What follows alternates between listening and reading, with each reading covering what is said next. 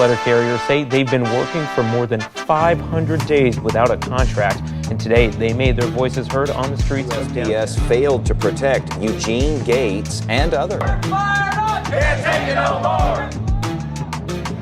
Mail carrier robbed at gunpoint. Yes, are targeting these mail carriers for their universal keys. Nearly 1,200 reported attacks and other assaults on postal workers just last year alone. Next Generation carriers and guests are individual union members speaking in a personal capacity, and they do not represent the views of the NALC, the United States Postal Service, or any other entity that has spoken on this program. If you would like to get in contact with the Next Generation Carriers podcast, send us an email at nextgenerationcarriers@gmail.com. My name is Chris Sampieri. I'm a letter carrier for 8 years out of the Abington office in Branch 18, and I'm the legislative political director. James Capone, letter carrier for 19 years, branch president of 764, Dedham, Massachusetts. Greg Samlook, letter carrier for 21 years, branch president 334, Framingham, Massachusetts. Greg Dennis, I'm one of the founders and the policy director for Voter Choice Massachusetts, Arlington, Massachusetts. Awesome. Thank you for coming in, Greg. Just want to open with a little disclaimer, of course, here. So while I was working on this episode, which is going to be great, I'm glad you're listening. This is going to be a good one. I reached out to a guy who was on the ballot committee, and I don't want to mess his name up here. I don't want to mispronounce his name, but his name is Rod Holub. I hope I got that right. Who has been an amazing help for us here, for me to do a bunch of research on the show. And also, he's like the nicest guy in the world, too. He's from Kansas. He's like got that Midwest niceness to him. And he taught me the ins and outs about ballots, because this is going to be about the election coming up. One interesting thing I did learn from him, out of the 89,984 ballots, only 23 were spoiled. So I did learn one cool fact, so you can learn about that. So there's a tidbit from Rod. If there's one thing I've learned about Rod is that he is a man of integrity and a man who's worked very hard to maintain his values about being neutral, since he is in charge of the literal ballots within our union. In the build-up to this episode, there was some miscommunication about having Rod to come on the show, or maybe getting an endorsement from his committee, but this was not true. This was just something I was hoping, but Rod was not in favor of it, and I respect that. You know, he was just with someone, and I was also talking to people from the Department of Labor as well, which I'll include in a later episode about that. The Department of Labor, the person I talked to, they oversee our union elections. So that's one thing here. And I was up and consulting Rod and everyone else for a little background on it. And I will say this too, Rod does not and will not be seen as playing politics, because he doesn't. He is just there as an expert on the voting process and has dedicated decades toward this process and highly values his neutrality. Though Rod is really awesome, and if you ever want to learn about the ballot process, he will happily explain everything there is about it. So I just want to put the disclaimer in. So thank you, Rod. He talked to me for 45 minutes. I've learned a lot about this. So, all right, now that was my disclaimer. The situation we're in right now is that we have an election coming up in 2026. It's a three-way race right now, and the rumor is it might be a four-way race. When I went to the Beyond Formula A training in Maryland, about I think in the first week of March, a bunch of us, after the long days, around 11:30 at night when we were released from our training and we finished our statements, we got around talking, and the election came up. Everyone had an opinion about it. And what the situation I kept hearing about from people is that they think certain candidates should drop out because it could split the vote. This came up a lot. My feeling is that that is a very undemocratic way to have an election. I think we should have multiple candidates. I think we should have 3, 4, as many as need be, because I think it's about choice. Choice is about democracy and having someone you can support. But at the same point, too, I do understand that people are concerned about splitting the vote and someone getting in. So tonight, I would like to talk about a different voting system where that wouldn't be an issue. Now, what I'm saying about this voting system is not some pie-in-the-sky weird thing. This system was almost voted in here in my home state by 1.5 million votes, but just narrowly lost. This system is usually not favored by the incumbents, who do not want any different system because the current system currently benefits them. Now, this system is far more democratic to hold an election system versus the current one, and this system is called ranked choice voting, or RCV. But before I explain what ranked choice voting is, even if you disagree with everything we're going to say tonight and you don't in favor of it, you can literally vote the same way you have been voting all these years and nothing would change. The ballot would look a little bit different. That's true. But you could just vote for the one person you like, mail it in, and it's fine. It will not change that. You can still do that whole system that way. Is ranked choice more complicated than just selecting one person? It is. It is. But is it so complicated that people will just tear up their ballot and not turn it in? I don't think so. It's kind of like saying if your signature, if you had to sign your name, but you also had to sign your last name, that it would be too long and complicated, but it's not. We can do this. Now, right now, ranked choice voting has been passed in the state of Maine, and in 45 cities like New York City and Salt Lake City, and in some union locals. Ranked choice voting is how they conduct their union elections locally, but not nationally. Clearly, we have a membership that is starting to wake up, and we have two excellent candidates and someone else who's up for re-election. One concern that was brought up by, I'll call him by name. I didn't ask him, but that's okay. He's an awesome guy. John Donnelly from Branch 92 in Maine, who I spent a week with there. A really great guy. And he brought up the 2018 election for the second congressional election in Maine. The critique of it was that it takes advantage of ranked choice voting and it casts it as a negative. Now, what happened was there was an election. Bruce Poliquin was leading in the first round of votes with 45.6% amongst four candidates, and he was leading, true. But he didn't command a majority, so ranked choice voted eliminated one place, and 8.1% of the total votes went to the candidates that weren't viable.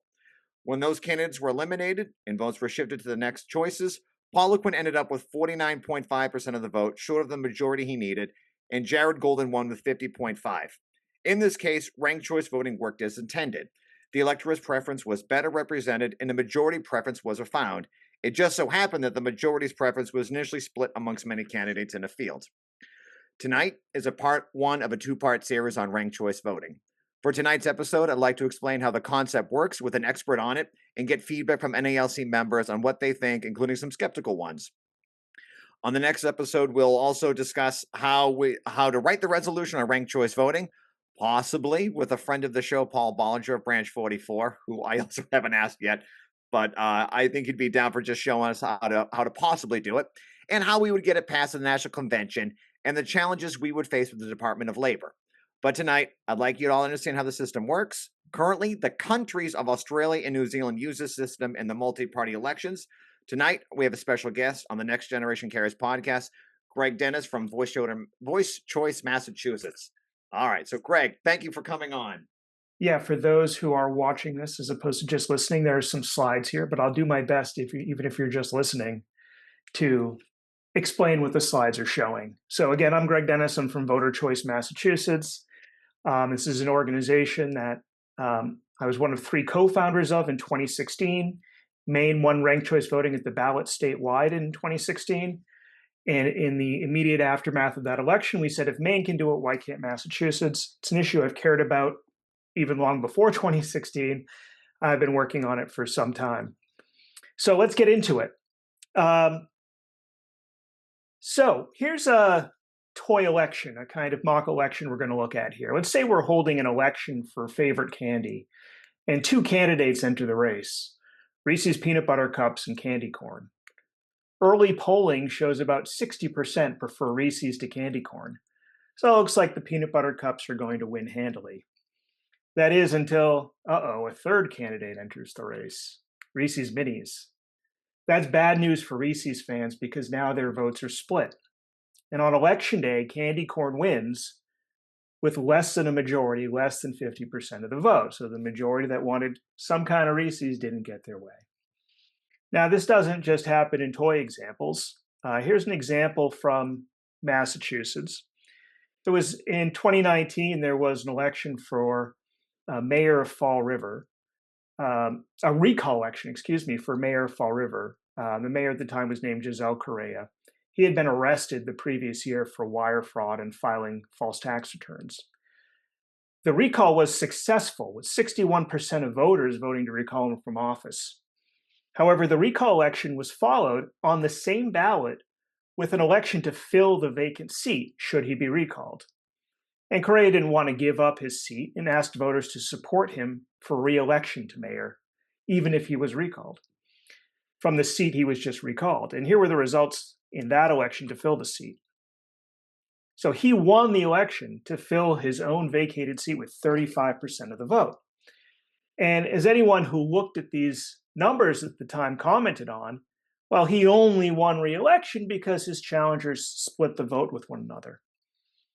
In most elections in the US today, there is no requirement that candidates win with the majority of the vote.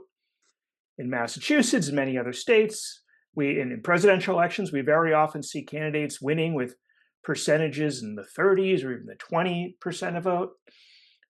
We sometimes call this the spoiler effect or vote splitting, the idea being that here candidates, the challengers Kamala Riley and Scott Pacheco, spoiled the chances of Coogan, who was the strongest challenger, winning the race.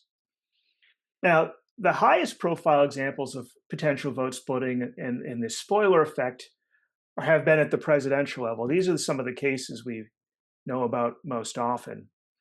Going back to 1992, Bill Clinton won his first term in office with less than a majority. Some claim that Ross Perot spoiled the chance for George Bush Sr. to be reelected. That's debatable when you look at the numbers, but it's plausible. In 2000, of course, George Bush Jr. won with a minority of the vote, and Ralph Nader has been labeled a spoiler ever since for splitting the vote in Florida. This is the historical case with probably the firmest statistical evidence behind it. And in 2016, it was noted that the vote totals for third-party candidates Jill Stein and Gary Johnson exceeded Trump's margin of victory in several swing states. And they've been shamed as spoilers since as well. We had the same concerns heading into 2024. There were third-party candidates again in that race.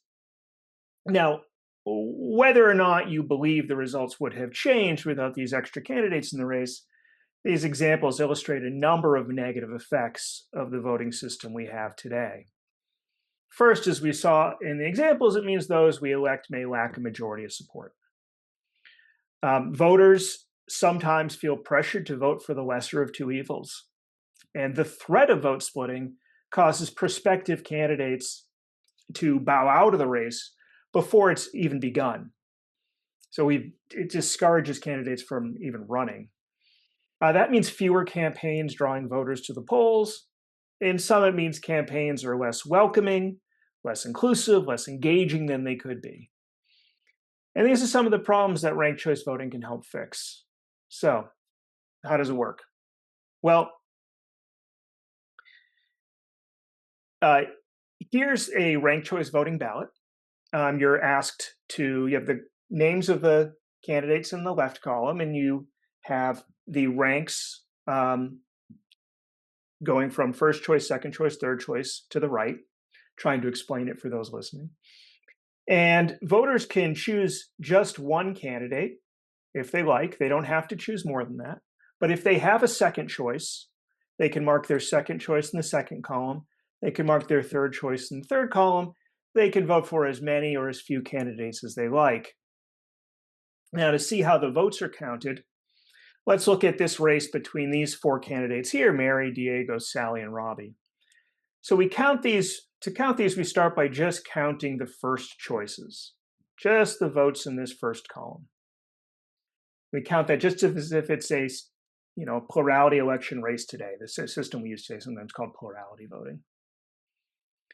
So let's say we've counted those first choices, and Mary has 36 first choices, Diego 24, Sally 12, and Robbie 28. Mary's in the lead, but with ranked choice, you can't win with only 36% of the vote. So instead, the last place candidate, here that's Sally, is dropped. And everyone that voted for Sally has their vote instantly counted for their next choice instead. And we continue to drop the last place candidate and transfer their votes. And when two candidates remain, the candidate with more than 50% of the vote, a majority, wins the seat. So congratulations to Mary here. Now that's how the counting process works. Just drop the lowest vote getter, and it all happens instantly. You can press a button in a computer, and it figures it out immediately. Now, regardless of the tabulation process, it's important to keep in mind that this is the task that we're asking voters to do. We're not asking them to do this tabulation. We're not asking them to produce this tally. We're just asking them to fill out this ballot. Their first choice, second choice, third choice. They can vote for just one. They can rank as many or as few as they want. And we know from experience around the country and around the world that voters can do this correctly and effectively. Around the United States, and Chris already talked a little bit about this, but there's a large number of jurisdictions that use it. There's 52 US jurisdictions across 24 states that have RCV in place for public elections, reaching 14 million voters. That includes 2 states, Maine and Alaska, 3 counties, 47 or so cities. And of course, it's used in countries around the world, Australia, Ireland, North Ireland, Scotland, New Zealand, including Australia and Ireland for over a century now. Because this is the union podcast, I thought I'd highlight the union support in Massachusetts. These were the endorsers that we received, endorsements from unions that we received for the ballot question in 2020. I'm not sure we ever approached the National Association of Letter Carriers, but we did get a lot of union support from those we did approach. And again, here's the, just summarize the benefits of ranked choice voting. It ensures the winners have majority of support. It encourages a larger and diverse candidate pool. Candidates don't feel forced out. It limits vote splitting and this spoiler effect. It also fosters more civil and positive campaigning because there's an incentive in ranked choice to reach out to supporters of your opponents. Because even if you know you can't get their first choice, you still want to find common ground with them and say, well, I know I can't be your first choice, but here's why I'm a good second choice. Here's where we agree. And in general, it makes campaigns more competitive and engaging. So how can you advance ranked choice voting in your own way? Well, there's a few national organizations I'd encourage you to plug into. The 2 of note are Fair Vote and Rank the Vote. Fair Vote's sort of the national policy and think tank that promotes ranked choice voting. And then there's Rank the Vote, which is kind of an activist organization and helps foster grassroots organizations in every state. And Rank the Vote has this list here, and we can make this this link available, I think. It has this link here to how to take action in your state. And there's, in just about every state, if not literally every state now, there's some local organization trying to bring ranked choice voting to that state. And you could also look into bringing it to your union local if your local is not already using ranked choice. Of course, we're in discussions here about whether we can use it for the letter carriers union nationally. And that's what I had for the motivation, introduction, how it works, and I'm happy to talk through this and answer any questions people have. All right, thank you for that, Greg. G Money. I'm sorry. Don't say G Money. Oh, sorry, Greg. That's it. Greg Samlock. There we go. So Greg, I think having done a little research on this in the last couple of weeks, Chris and I were talking about it. It seems one of the biggest benefits of it is it does get more people involved, because if we look at our national president, the elections, Chris made a good point one time. He said the biggest turnout is people that didn't vote, right? And this seems to give people a reason to get behind a candidate.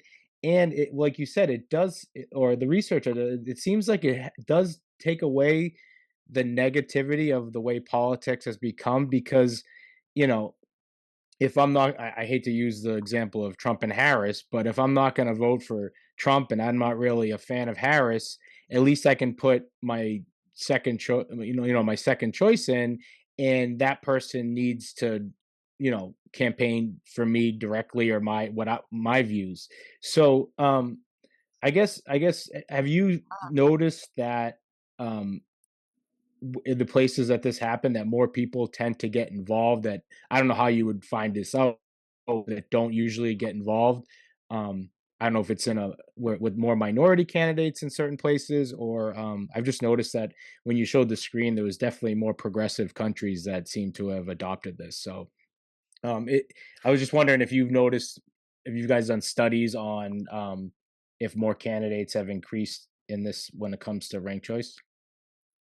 Yeah, it does seem to, there's still like more and more studies being done, and especially like for state elections, Alaska just started using it, so it's going to take some time to see the effects over time of how this plays out. But in the experience we have, it does seem to encourage more candidates to run. I mean, if you don't have the fear of splitting the vote with someone that might be like-minded, it's sort of like, well, why not run and take a shot? And then, if you find voters that like you, their attitude can be, well, why not take a shot on this candidate? Even if I know this candidate's not going to win, or they have a low likelihood of winning, well, if they're my favorite, why not rank them first and then rank a more viable candidate second? And sometimes with this, if you're an independent candidate or a third-party candidate or an underdog candidate, you'll often hear, well, I'm not going to vote for you because you're not going to win. Well, that's kind of a self-fulfilling prophecy, right? If you're not going to vote for you because you're not going to win, well, I'm not going to win because people are saying they're not going to vote for me. So that's self-fulfilling prophecy. Ranked choice voting gives an underdog the ability to maybe break out of that in a more kind of virtuous cycle where people start to say, well, maybe I'll take a chance on this candidate. And then that builds. And then all of a sudden their poll numbers start to go up. And now they can become a legitimate, viable contender when they weren't necessarily at the outset. So yeah, it does give a platform for more people to get involved, more people to run. The studies show that for example, that more voters report having one-on-one interactions with candidates as well, like they're actually meeting the candidates. If you've ever done canvassing for a candidate for an election, if you're canvassing for candidate A and you assigned a particular door to go to and knock on the door, if you see a sign in that yard for candidate B, usually today you're like, well, I'm not going to that house. Like, that's just a waste of my time. I'm not going to get their vote. But in a ranked choice, you go to that door anyway, because you know that, well, maybe they're not my first choice, but maybe I can get this person to vote and be the second, and maybe have my candidate be the second choice. So there's all this greater engagement between the candidates or the campaigns and the voters, and campaigns are reaching out to broader swaths of the electorate. So I do think that's a very positive aspect you hit. Yeah. And I think the Maine example is a great example. I was texting with Chris earlier. It's not just because one of my most hated politicians of all time, Sarah Palin, lost because of this, but Maine has one congressional district, and why would just two people run? Right? It's the Democrat or the Republican. So it seems like it would. I don't know if there's too many ultra left-wing candidates in Alaska, but it would allow for a moderate Republican, a Republican to get involved, a centrist Democrat maybe, or a left-leaning Democrat, and it does encourage more people to get involved. One of the negatives that comes up, and I don't know if it's just people playing politics, is they say it's too complicated. And is that just because our attention span, I don't know if we call it social media or whatever, over the years, it's actually not complicated if you just literally just watch that YouTube or a YouTube video I watched, or that clip that you just put up. But I feel like people that say it's complicated are people that just aren't for it, and they don't want more people to get involved. Yeah, I mean, the people that are opposed to it for other reasons scare people into thinking it's too complicated, and it's an unknown, it's a sort of foreign thing to some people, and it's easy to get people to be scared of something that's new.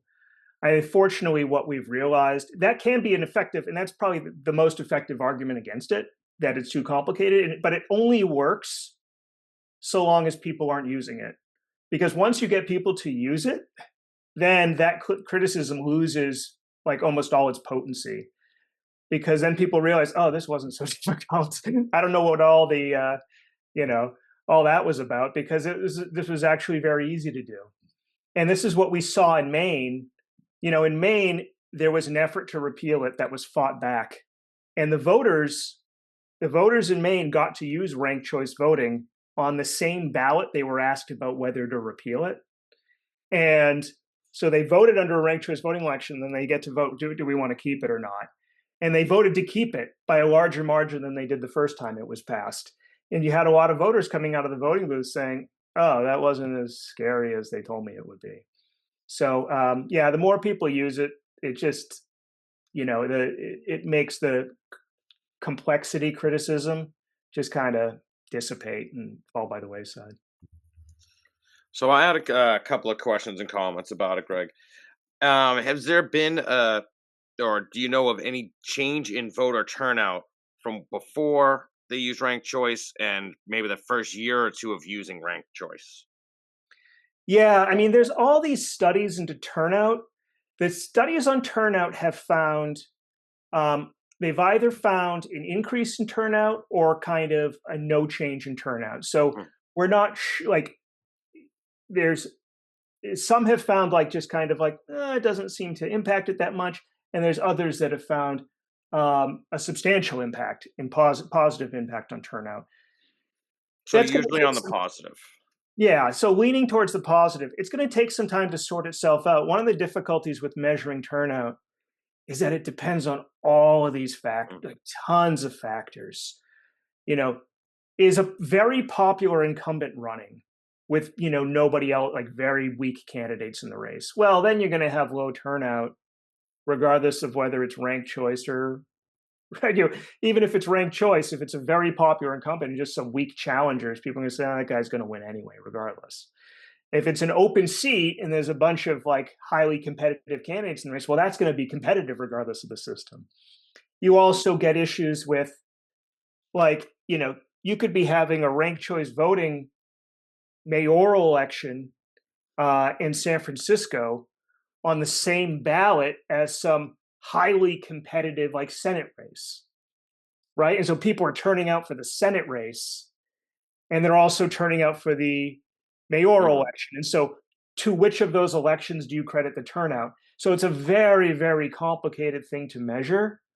But I do think, I think I'm biased, obviously, in this, but over time, as it shakes out, we're seeing a modest increase in turnout over time. And that aligns with some research internationally where countries that have sort of fairer voting systems tend to have higher turnout. So, and our turnout has not been great already in voting, nationally anyways, for the union. I think, again, one of the things discussed would be older groups figuring it out, or people that aren't paying attention, that really want to focus on how to do it. In these areas that have implemented it, have they used an education campaign? What is that something that has worked in those areas where people didn't feel it's new, it's scary, I don't want to learn yet? Yeah. Or questioning it may lead to people voting incorrectly and somebody they didn't want gets a vote because they don't understand how the process works. Yeah, there's always been voter education campaigns everywhere it's been implemented to introduce people to the system, let them know what to expect. I think the thing about a mail-in ballot, like you have at the union, is you have the ability to kind of sit there with the ballot for a little bit. You're not in the voting booth, trying to rush to get out of there or feeling under time pressure. You can sit with the ballot and say, okay, what am I supposed to do here? So you have that benefit. And there's tons of educational materials out there. But, I think it is, I do think the education is absolutely needed, but we rank things in our everyday lives all the time. And there's all these kinds of, I find all these ranked ballots everywhere that aren't called ranked ballots, and the local school system, not in my town, but in a nearby city, they send a notice out to all parents saying, the kids just don't go to their neighborhood school. They can pick schools from around the city. They're what's your first choice school? What's your second choice school? What's your third choice school? They don't do any education campaign to teach people what that means. People know what the first choice school is, second choice school is, and third choice school is. Required no education whatsoever. and no one's ever complained they didn't understand what they were being asked to do.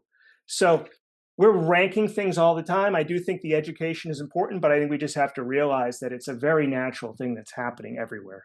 And I will say, actually, speaking of that, Greg, and I don't know if this is just a local thing. Some other guys across the country may call it something different. In bigger areas, we have what's called dream sheets, where, so when I was a carrier in Boston, you make regular, they give you a dream sheet, and they'll give you maybe 10 stations, and you rank them on where you would like to be sent to comparatively. That is a form that a lot of these carriers that are in these bigger areas are already technically doing. So learning the idea of it would not be bad. Is there other unions that you know across the country that are already using it? Or in ways that other organizations that you wouldn't think besides the government? Oh, yeah, there's all kinds of private organizations, national organizations that use it, like a lot of academic organizations, the American Political Science Association, and the Academy Awards uses it in some ways for some things, which is one of the things the Academy Awards does not do is release their ballots, so you can't see how people voted. So they do it, but they don't offer some transparency into like what the votes were. So there's all kinds of private organizations that use it. I am not sure the extent to which it's used at the union level, honestly. What I've been told is through our research with Chris is that we don't believe there's any union using it nationally yet. And Chris is shaking his head yes, that that's true. That is correct. Yep. But we believe you've encountered some locals that are using it. Yeah. I know I should know the locals numbers off the top of my head because I'm a nerd like that, but I'm almost certain there's SEIU, UFCW, and maybe a UE. They do for internal elections. And also for this too is if it's like a 2-person race, ranked choice voting wouldn't come into play for that, just in case people think that's the case too. It's only for 2, 3 or more, because obviously if 1 or 2, you don't need to do that. That's just it. But because obviously, I mean, I think the old system is a lot of people, it's mostly 2-people races. And I think we're unique. I mean, the last contested election with more than 2 candidates in the NALC has been a while. It's been that way for a while. Usually it's 1 or 2, but we're looking at 3 or 4 this time. But when that does happen in local situations, they do happen. But usually, that's like I said, I think ranked choice voting will expand it out. The more people can run without worrying, well, we don't like the incumbent. The incumbent's no good. So, we can do more. But yeah, it is happening locally, but nationally, which I'll be talking about a later time. That was because I'm having ongoing conversations with the Department of Labor. So for those who don't know, the Department of Labor oversees our elections to make sure they're legitimate. For example, if the ballots came out and they were all in German, that would be bad because people may not speak German. And then, if you have a union election that way, people know who to vote for. And then the DOL would say, okay, this election was not legitimate. We have to have another one. So that's just a thing we do. Like I said, we're working with the Department of Labor. I have talked to them, and that'll come another time. But yes, so to answer the question in the longest way possible, there are a few other union locals that do it. Yeah, I mean, I can guarantee if this gets put forward in the NALC, that we'll get some pushback. Well, this might violate something with the Department of Labor. We don't want to. Whenever we come up with ideas, there's usually a lot of pushback and I'm like, this will be unpopular. But Greg, I wanted to ask you. So I'm just doing some other research. I've noticed that the pushback against this was from probably the most conservative governors in the country from a couple of years ago: Kristi Noem, Brad Little, Bill Lee, and Ron DeSantis. Have you noticed the negative campaigning against this pick up in the last couple years, or has it kind of leveled off? And when it didn't pass in Massachusetts, did you get kind of like an exit poll on what's the biggest reason why it didn't pass? Yeah, I think I would separate Massachusetts from like the reasons it didn't pass in Massachusetts to this thing that you're seeing with the Republican governors. I think those are fairly different reasons. I think what we're seeing is nationally, unfortunately, it's become, as many things have become, a little too partisan.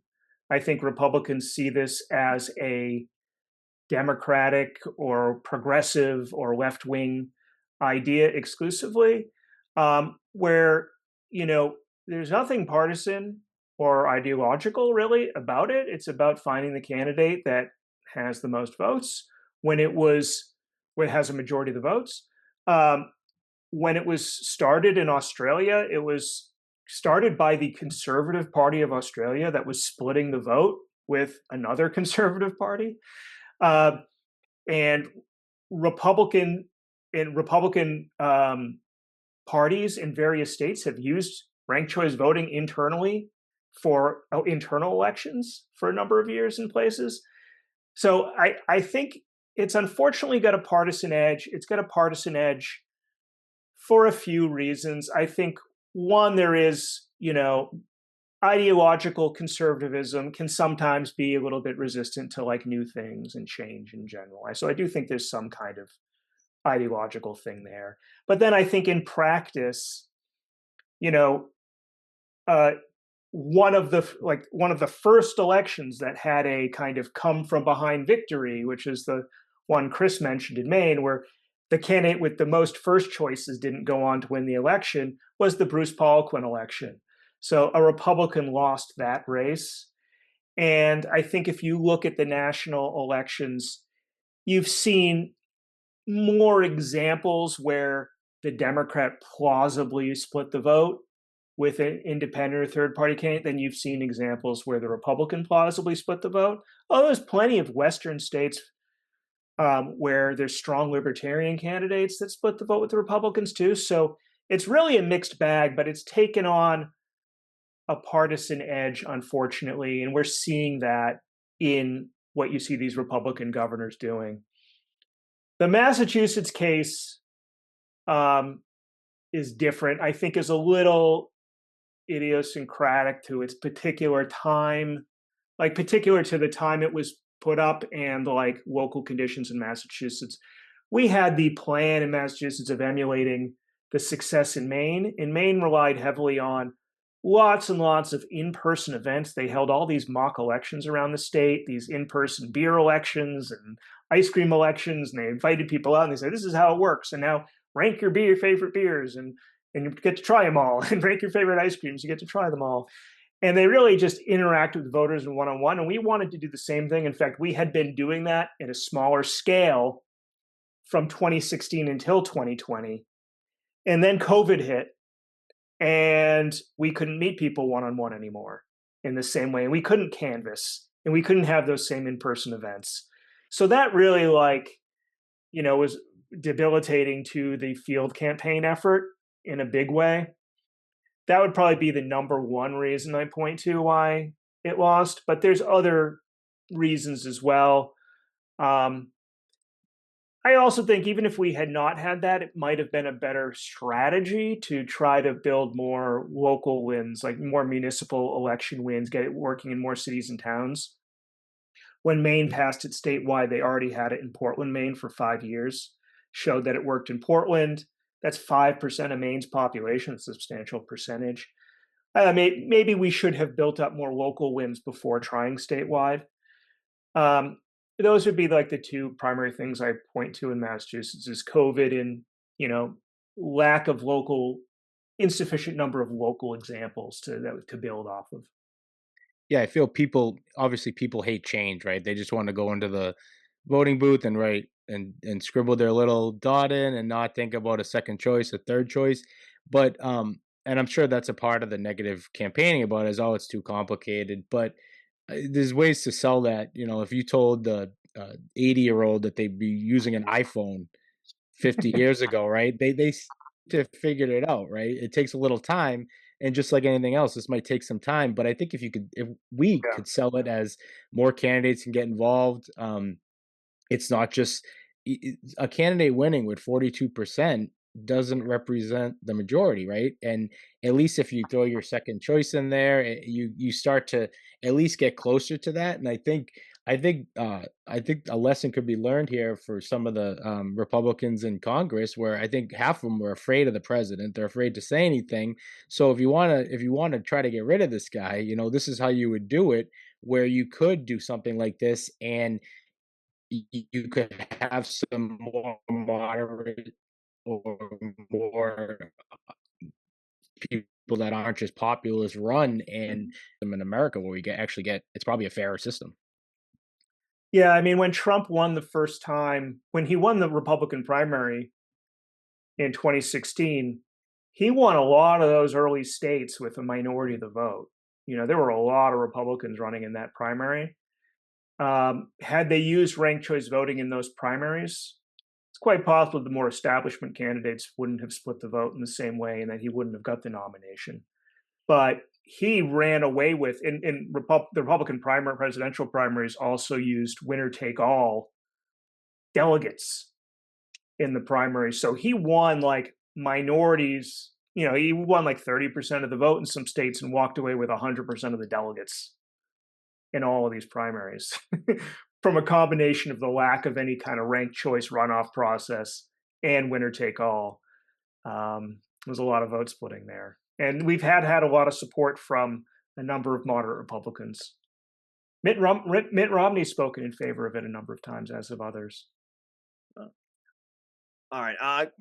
Comment I have two here. And one thing I do like about this too, what it really is about when I went to the Beyond Formula A training was that discouraging voters, our candidates, they don't want, let's get out of the race, and that was a big fight. Like, this person needs to drop out. This is going to ruin everything. And that's not a real democracy. It should be three, like I said, 3, 4, 5 people. Like, why not?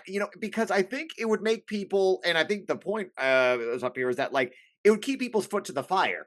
If it's just going to be one person, well, I'm not going to have a challenger. I don't have to really work with anybody, but now there's a possibility, like I'm the third or fourth candidate.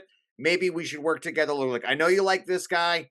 Maybe vote for me as your backup. There could be some teamwork on it. And I think it would just get rid of the negativity we see in all these races.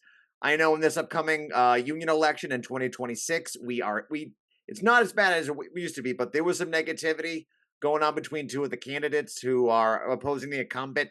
And that leads to infighting and everything. So I think that's something I'd like to say. Is there any example? Was there a case in Alaska where that happened, where I think they were working together? Do you know about this? And it kind of worked out to a more respectful, a more fruitful campaign between them. Well, there's lots of examples of that where you have multiple challengers that all want, like, you have cases where there's multiple challengers that don't like the incumbent, and the challengers say, well, one of us could get out of this race, or we could sort of cross endorse each other and say, okay, I'll tell my supporters to vote for you second. You tell your supporters to vote for me second. And they might even have some joint campaign events. And, there's been a lot of examples like that, in New York City right now, that's happening in the Democratic primary. New York uses ranked choice voting in the Democratic primary. There's a number of candidates, and there's Cuomo, and then there's all the non-Cuomo candidates. And without ranked choice, all the non-Cuomo candidates might split the vote. Now, Cuomo's got a good shot regardless, but he has less of a shot because the non-Cuomo candidates can potentially kind of pool their votes and cross-endorse one another. And nobody has to be forcing this one or that one out of the race. And we don't have to tell voters, don't vote for who you can't vote for who you want because that person doesn't have a chance to win. We don't have to be playing those games. You can just say, rank your candidates in order of preference. And if you're not a Cuomo fan, I'm not saying I'm not taking a position in the race, but if you're on that side, you can say, we rank the non-Cuomo candidates in any order, in the order of your preference to ensure that he doesn't win the election. And there's plenty of examples of that. Sometimes it works. Sometimes those votes kind of pool together and win, and sometimes it doesn't because they don't have a majority. And at the end of the day, it's whoever can piece together, cobble together that majority is the candidate that ought to win. Greg, why is one of the cons that it's more expensive? It's the same. I was just reading something. I assume the process is the same thing. You have a company that has a machine. You slide your ballot into a machine. And it spits out the choices first, second, and then there's a system that does it. I was just reading. I was wondering why people say that it's too expensive. Now, I don't know if you have heard that as a con to it. Not real. I mean, can it be like moderately more expensive?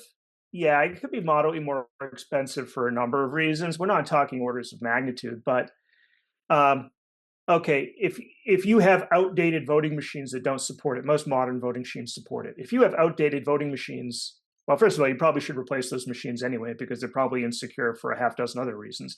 But you might need to replace your voting machines. Okay, well, so you replace the voting machines, it's a one-time cost.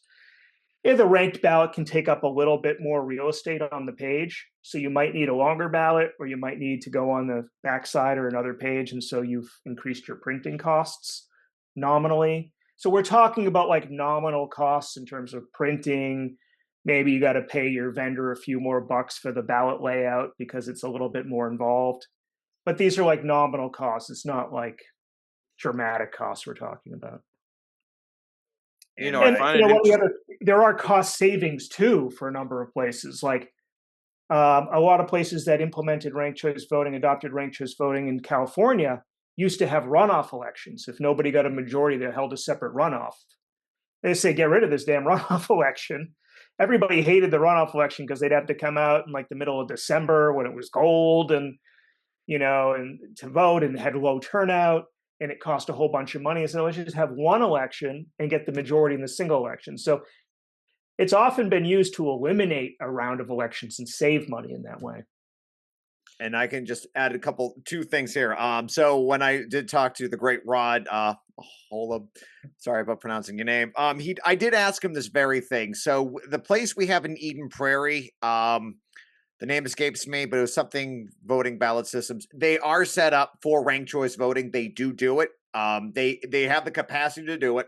And the printing company, it was his estimate that the cost would almost be negligible. This company has printed up ranked choice ballots. So the NELC, through our printer, like I said, we use a third-party printer and counter. It is well within their capacity to do it. And it was his estimate that it would be almost negligible because they already are set up to do this. So it's not, like I said, other places, like what Greg said, if you have an old ballot system, which can be, which needs to be updated, that could be, but at least for our elections, Rod did pretty much say that it would almost be negligible, the extra cost and everything. So just wanted to put that in.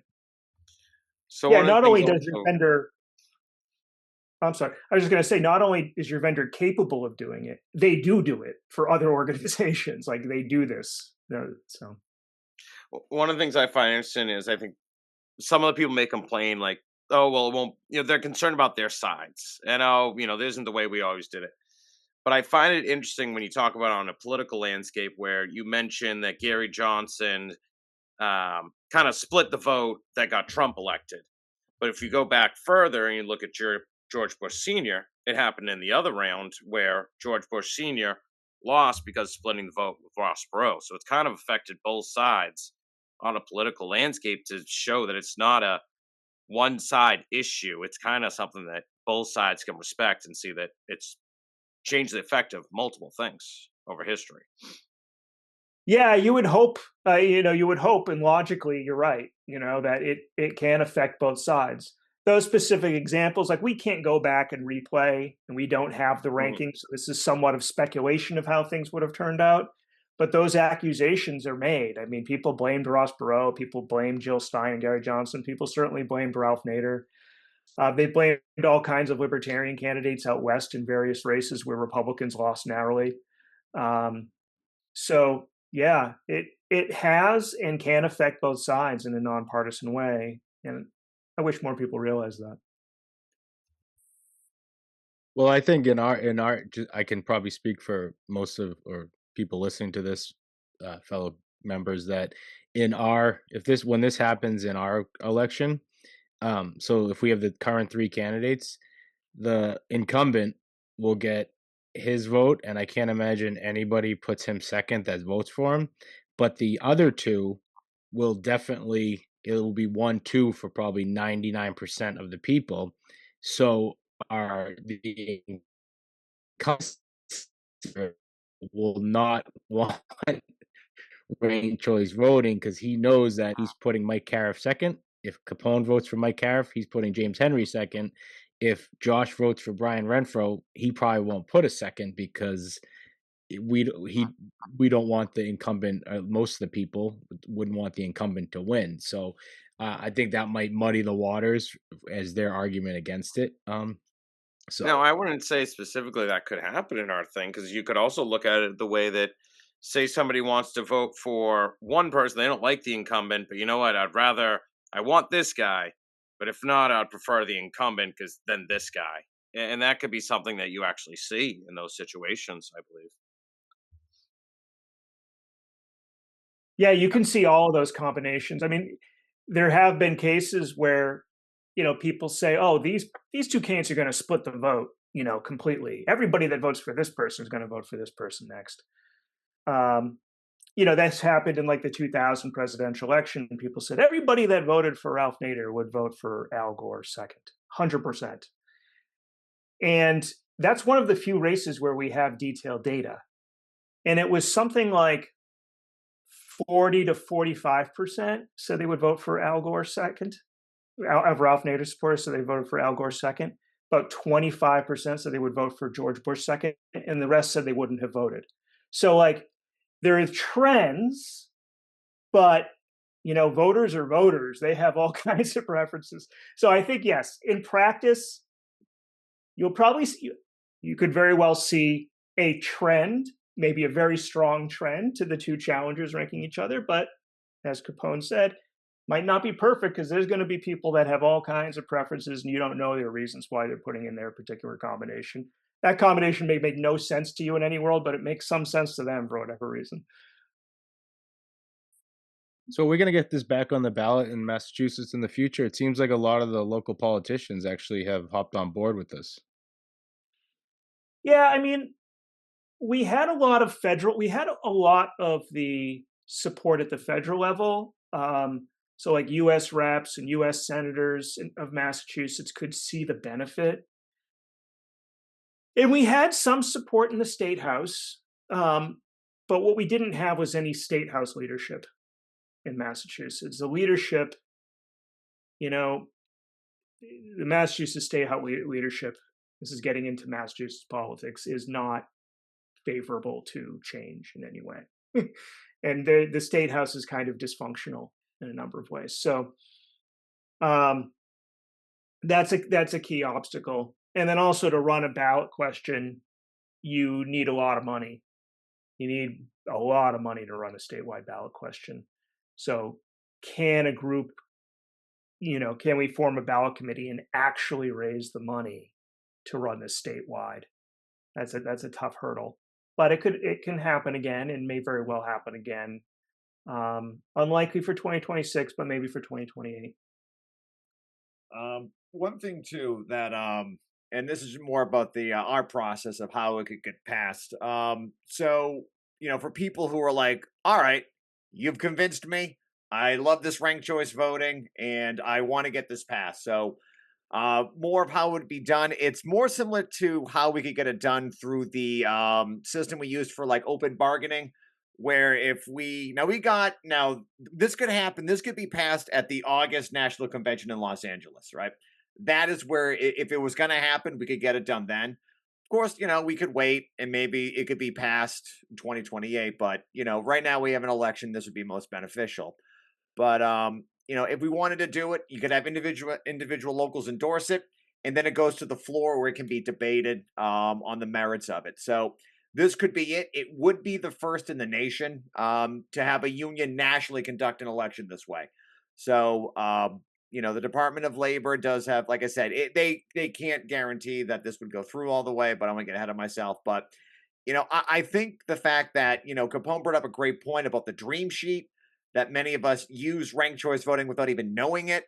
I think people, once people realize that, and also the best thing too, I like mail-in voting, and all letter carriers should, of course, because that's how we get money.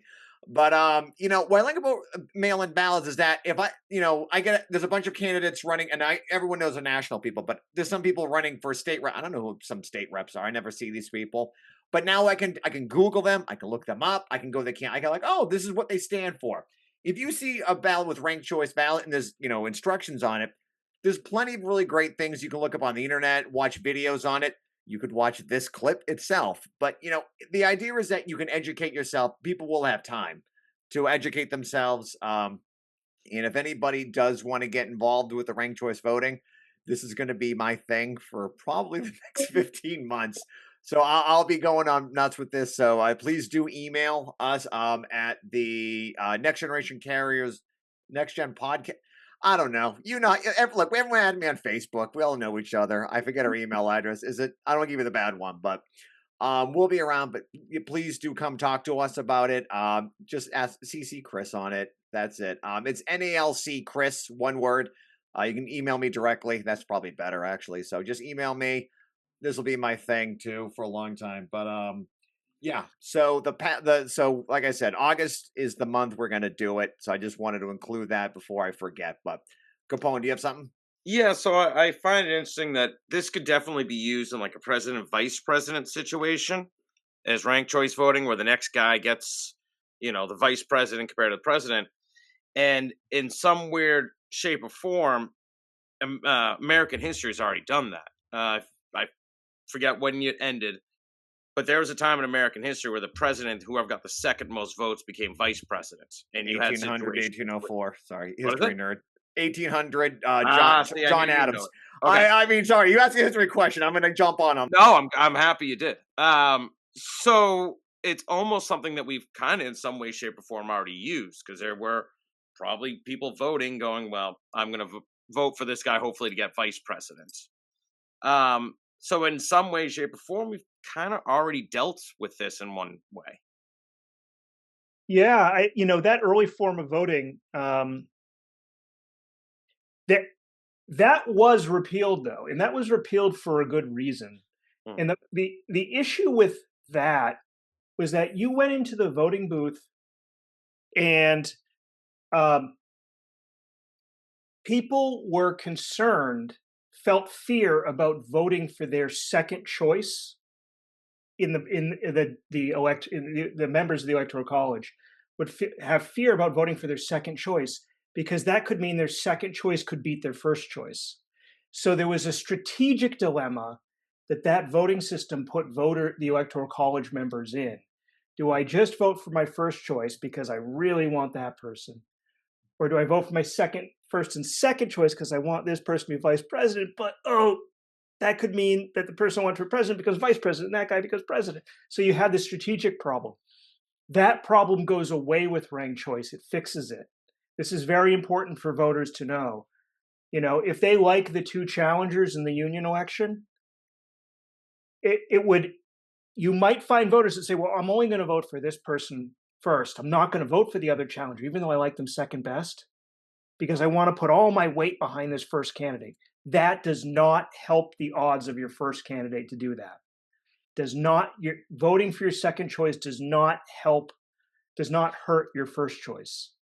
If you have a second choice, it's in your interest to do that, because your second choice is only going to be counted if your first choice is out of the running, is eliminated.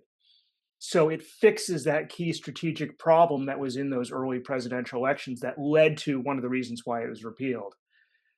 There is no reason to fear voting for your second choice. It will not hurt your first choice. It can only help you. That's an important thing for voters to know. I have a question about the Department of Labor thing, and this might be for your next podcast, because there's all this concern around, well, would they invalidate the election and force you to have a whole new election? Is there a process for pre-approval, to get this pre-approved and before you actually go into it? Yep, and that was like my first question to the agent there, and she basically said no. It has to go through, which and it was a long story, but it has to actually go through there. But she didn't really get super into it. But it really was, as long as people are not super, I mean, all it takes is one person to go, I don't get it. I think this should all be thrown out, whatever. And they have to see through that charge. It's one of the things where only they can do it, because I was wondering, like, well, can't we just get it, how it can go through and everything? But essentially, someone does have to go through the process in order for it to happen, because reasons. I just, like I said, because the law is not structured around ranked choice voters. They didn't really intend it. But as long as it's clear and understandable, it should be fine.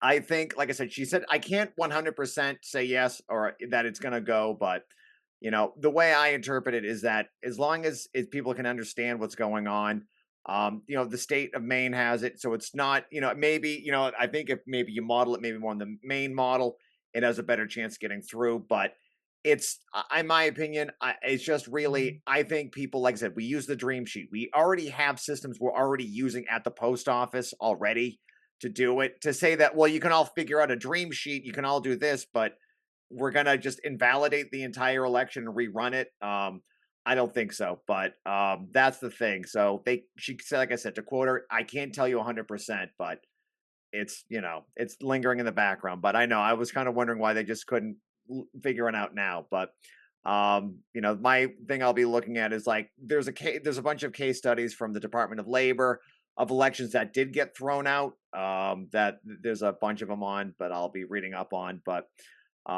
yeah, so I was running the same thing. Why not just do it now and tell us how, because it could be a costly rerun. But once again, unless people find this massively understanding, but at the end of the day, you can vote for just one person the same exact way you run.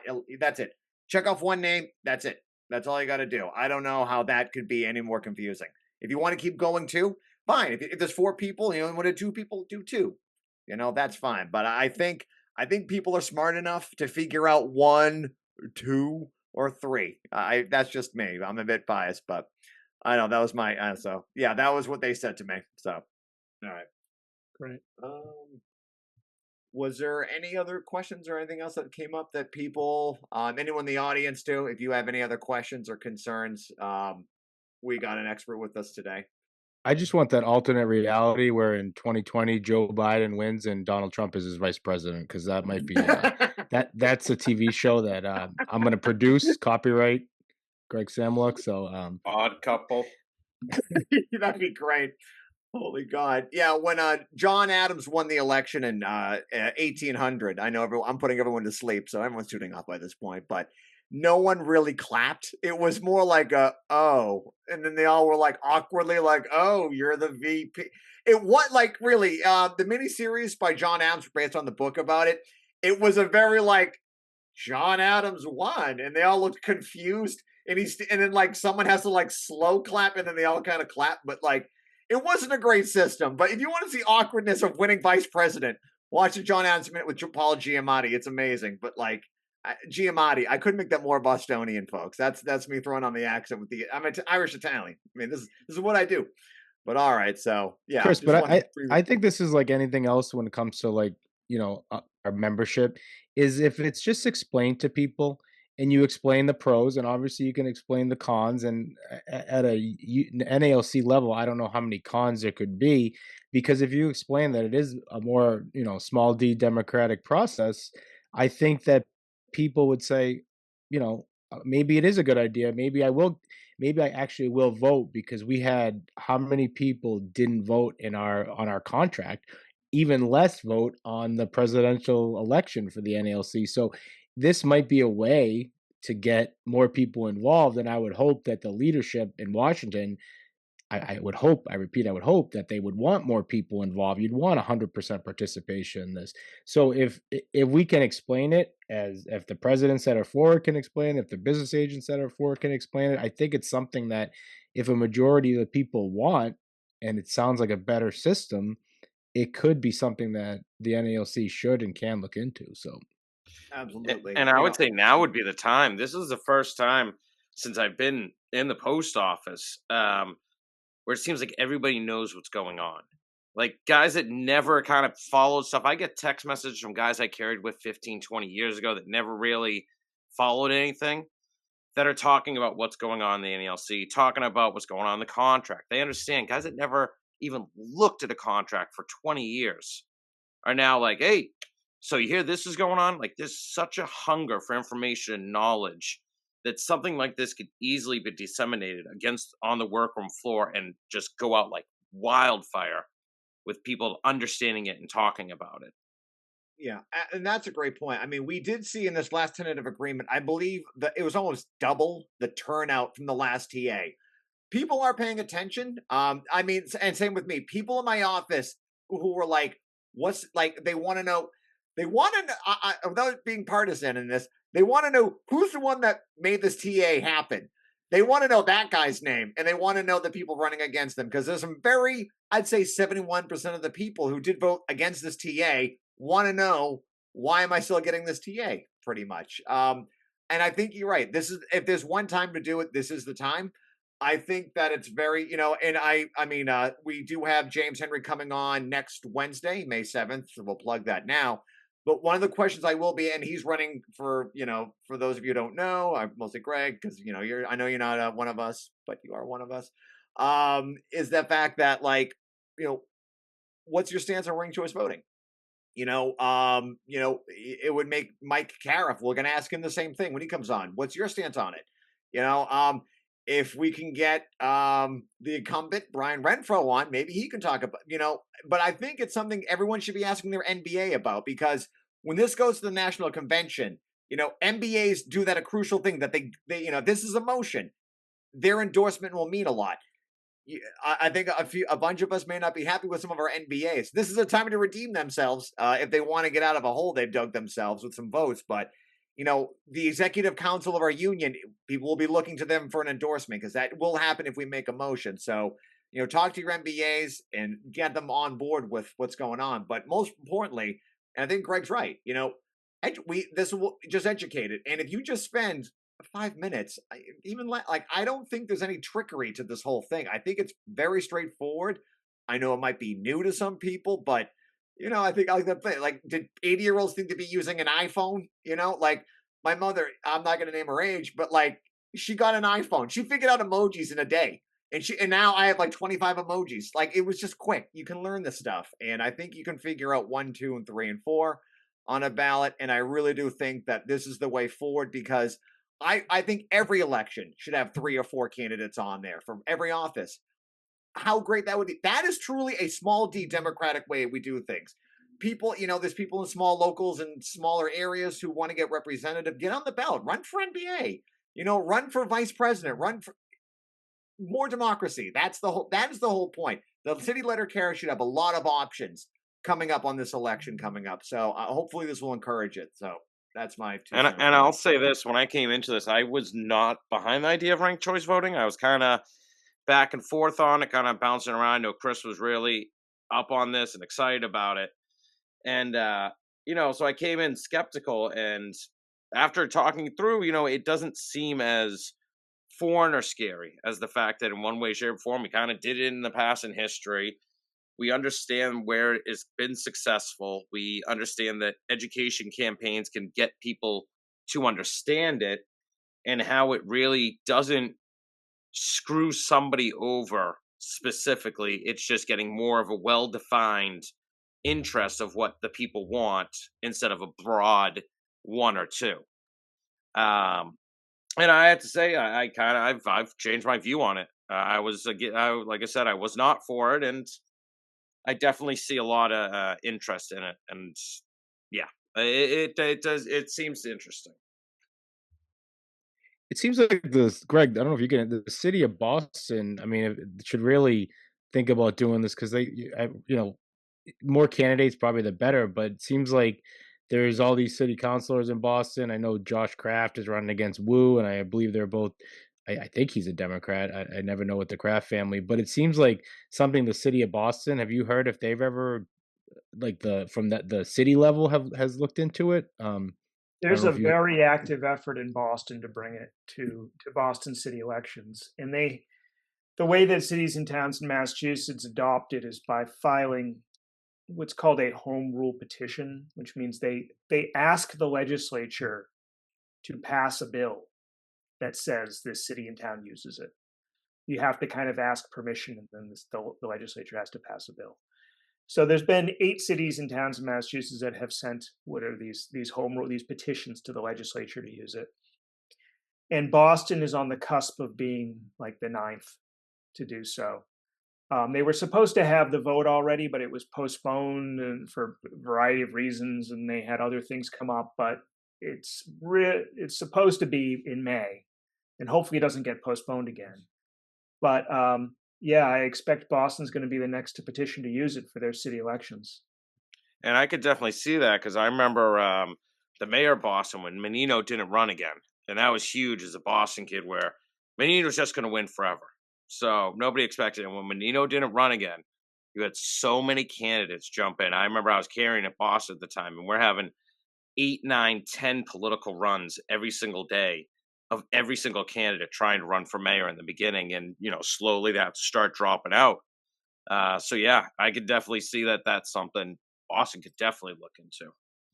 Yeah, when Menino didn't run and when Marty Walsh left, too. The past 2 open seat mayoral elections had a lot of candidates, with arguably a lot of candidates splitting the vote, too, in those.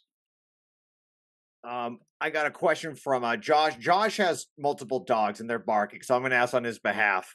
So here's a question from Josh out in Local 55. Do you think it would bring more candidates from different regions and help rid the good old boy crowd? This is like different regions of the union? Yeah. Like, so we have, like, for example, we're region 14. So basically it's New England, obviously the big cities, you have your Boston, you have your Worcesters, your but you have locals, Turners Falls, Massachusetts. You have little tiny ones of like maybe 40 people. They might have good leadership, but would that maybe help? Could it put them on the ballot, do you think, and maybe help them out? Well, I think more candidates would feel like they have a reason to run. Like, candidates run sometimes not just to win. Sometimes they run just to get their voice heard, right? Or maybe it's kind of a combination of both. Like, I want to get my issues out there. I have stuff I need to say. And maybe I win, maybe I don't. But, I think people would see, like, once the vote splitting thing is taken away and they have a chance for, where voters might take a chance on them, that you will see more candidates running. Now, will it rid the good old boy crowd? Well, at the end of the day, if a majority of voters want the good old boy crowd is going to stay in there. But if a majority of voters don't, then it won't. But it will respect whatever the majority wants in that situation. But it would prevent, if there's one good old boy candidate and multiple not good old boy candidates, the not good old boy candidates can't split the vote. Yeah, I mean, we're split into so many. There's 15 regions, and I think there's probably a candidate, maybe someone from the Midwest wouldn't normally run because they don't have a biggest branch. Like if someone from Boston ran, they have a huge branch, or someone from New York. So, like you said, it would get their name on the ballot. And, they have to obviously fulfill the rules to get on the ballot, but it does get the name on the ballot, and it is obviously easier now to spread your message with Zooms and social media and Facebook, X, whatever. So yeah, I thought that was a tough question for you, Greg, because you were like, regions, what do you mean regions? I'm kind of an outside the post office person here, but it is split into regions. And if you looked at the map of the country, it's like New England's 14, 15 is New York essentially. So the way our union is split, we have 15 business agents. So I'm sure one of the business agents from the Midwest might not run because they don't think they have as many supporters. But in this scenario, they could run and they could be someone's third choice and continue to gain momentum, I guess, is the way to describe it. So, yeah. Or if there's a collection of, candidates from outside the major regions, like these are the satellite regions candidates or the smaller regions candidates, maybe they see a kind of solidarity together or something as they're running. I don't know. Yeah. Well, and with Greg's point about that, I could definitely see it be a situation where a candidate may not run because they don't have that support. As Greg said, they're from a small region, even a political landscape. But in this situation, they would run because maybe even winning fourth or, lasting till third is enough to jumpstart their political career for next time. And instead of just giving up and saying, all right, well, I ran for mayor one time, it didn't work, or I won for NELC president, it didn't work, I'm just out. Maybe they're just starting, they get to third, and you know what? I have enough support that next time I can run. And they may also extract that's right, yeah, absolutely. They may also extract policy concessions from the leading candidates, right? If you're running from the Midwest, you could be running, and maybe feel like you don't have a shot. You're from a small region, maybe you're new, but maybe you build up a base of support. And now one of the leading candidates is like, well, I want those people to rank me second. So what do I have to pledge to do to get those people to rank me second? Or what do I need to do to get that candidate to endorse me as their next choice? So, you do see like all these in places that have it, like this negotiation, this negotiation and policy concessions where, minority constituencies can still see some of their major issues reflected because the leading candidates need to earn some of those later ranks on the ballot. And I can also see how it can affect some policy because you may have a guy who's unlikable, but people are voting for him due to one thing he has on policy that maybe nobody else is thinking of. And then that guy who won goes, well, I can get his votes if I look at this policy and actually effectively try to figure out why they voted for him. Yeah, absolutely. But you got to think too, people have to be tired of just, especially if you look at our like presidential election, like in the country, and then you look at yesterday in Canada, at least up there, like Chris and I were texting about this the other day, at least up there, it's like, okay, it's liberal conservative, but I don't know if you guys follow Canadian politics, the new Democrats have to make a deal with the liberals, or the moderates have to make a deal with the conservatives because they have to operate a minority or majority government.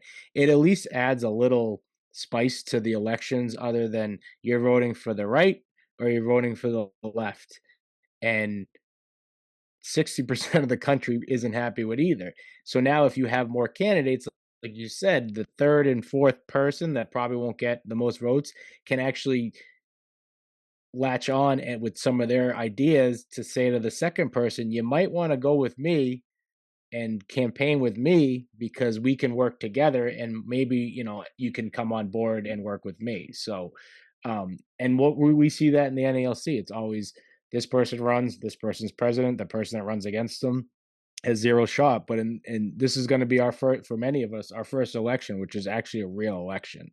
I don't want to get sued by the person that ran the last time, but he didn't. It was a majority. It was I don't even know what the number was, 80-20. But this is going to be our first real election, which is going to be very interesting for a lot of us. So that was a little inside NALC humor there. Yeah, we're getting sued now. Thanks, Greg. All right.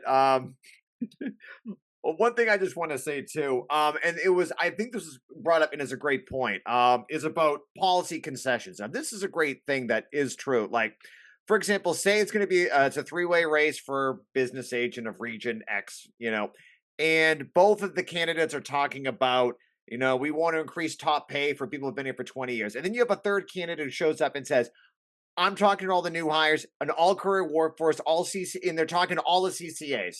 And they're going nuts on it, and they're gaining a lot of traction, but they're only going to get 20% of the vote, and we know that. I think if one of the candidates was like, hey, I support what this guy's saying, we should change things around, vote for, you can vote for him for number one, but vote for me for number two as the backup, because I'm going to work with this person, and to make sure that we have an all-career workforce. I think that's what the beauty of the system is, and I like that, because if there's someone just, if that guy who's going to get 20%, you're not going to win. That's never going to happen. But with ranked choice voting, you do have a way to be like, all right, look, vote for him for your number one. All you CCA, it's inside baseball term, but our listeners know it. But like all the CCAs and the PTFs, we hear you. I'm your guy, but please vote for this guy as your number two. And I think we really could get more races, because I'll say it again. I'd like to see 3 candidates, 4 candidates, 5 candidates, That's the whole point. We want to see all these candidates running, but I think this is a great way to get policy, candidates who might be a single issue person, but I think the people will listen and they'll be on stage. So, Well, and I'll say also that. kind of gets groups that might be forgotten about. So, say you have all these candidates talking about, like you said, the pay and this pay and this pay. You have one candidate who goes, "Hey, I'm really interested in retiree situations." So I'm talking. None of the candidates even think about retiree situations, but they start seeing it's building momentum of this group that none of them had paid attention to. So they adopt policy that will affect them to say, "Oh, well, you know what? There's obviously a lot of interest there. That's a lot of votes. Maybe I should start looking at them too a little bit in some of my policies." I'm just saying, I'm legitimately I'm getting excited Absolutely. about ranked choice voting. If I wasn't excited now, I'm seeing great things. All right, I've already been promoting this. I'm getting more excited, so this is great. All right, sorry, Greg, I'll let you continue. No, I mean, yeah, everything everybody said is true. It, it's we've often talk about. I mean, it's a common refrain in all these ranked choice voting groups and organizations, but just more voice, more choice, and more voices, more choices. Pretty simple phrase, but it gets to the heart of what we're after and what ranked choice voting brings. All right, Can thank you. I ask Greg, how? yes, Sorry, yeah. sorry. I probably should ask at the beginning. Greg, how did you get involved in this, and what's your background? I don't want to keep you for another hour, but Yeah, so the first election, the first presidential election I was old enough to vote in, was the 2000 presidential election. So I was 17. All right, all right, down. So I'm a little older. And that was the first presidential election I was allowed to vote in. I was in Massachusetts. I was in college, and like I saw a lot of other college students that were like, a lot of college students wanted to vote for Ralph Nader and felt like they couldn't. And I saw his vote splitting concerns and spoiler concerns, and it just felt like, and I'm an engineer, right? Like I just felt like an engineer, like this is not, and we haven't engineered the system correctly. Something's broken here. And then in the student government elections, we're ranking our candidates in order of preference. And I just didn't understand how we could use this system for like student government, but we couldn't use it for the presidency where it's way more important to get the answer right and to eliminate all these problems we're seeing of vote splitting and spoilers and candidates winning without a majority. And so I learned about ranked choice then. It went by a different name back then. And I just became a fan, and I signed up for every list I could sign up for to like talk about it with other people. And yeah, it was just sort of informally organizing with people and following the issue very closely, like in a very nerdy way for a long time. And then after 2016, becoming a part of this organization to really push it. This is a volunteer position for me. I'm still, an engineer during the day, but I put a lot of time into this as a volunteer thing for many years. All right, awesome. All right, Greg. So thank you very much for your time. We know you volunteer. You're our ranked choice voting version of Tony Stark. That's great. Welcome aboard. I'm glad to have you. So, all right. So if people want to find out more about ranked choice voting, where should they go?